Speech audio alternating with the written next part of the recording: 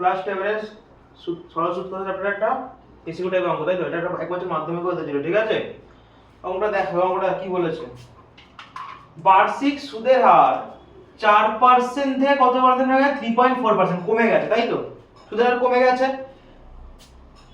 হয় অমলবাবুর বার্ষিক আয় 60 টাকা কম হয়, মানে সুদের আয় তাহলে আয়টা কমে 6 টাকা কমে 60 টাকা, তাই তো? তারপর বলেছে অমলবাবুর মূলধন নির্ণয় করো। অমলবাবুর কি বলেছে? মূলধন মানে আসলটা তোকে বার করে দিয়েছে, তাই তো?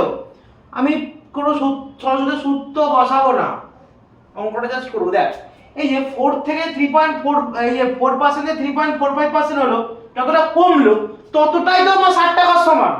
Yes or no? ততটাই তো 60 টাকার সমান, হ্যাঁ কি না?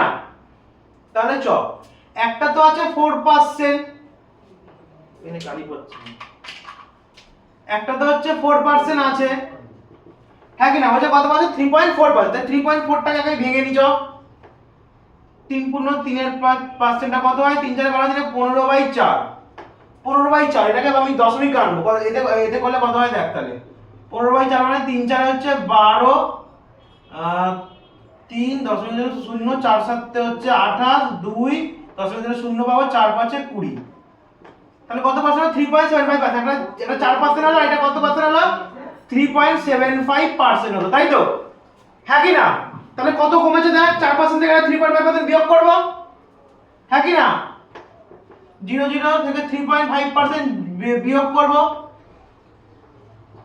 0.25%, 0.25% কমেছে। 0.25% মানে যতটা কমেছে এস মানে 60 টাকা কমেছে, এটা তো 60 টাকা সমান, হ্যাঁ কি না?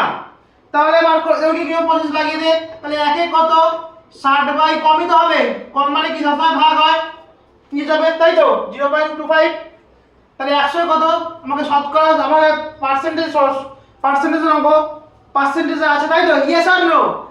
আমাকে 100 লাগাতে হবে, সুদের হার কত পার্সেন্টেজ হয়? 60 * 100 কত? 0.25, দশমিক তুলে উপরে 100 আছে, দশমিক উপরে 2 ঘর আছে, হ্যাঁ কি না? 25 কে কাটলে 4 × 5 = 100, 4 6 হচ্ছে 24, একটা শূন্য এখানে দুটো শূন্য, 24,000 হয়েছে।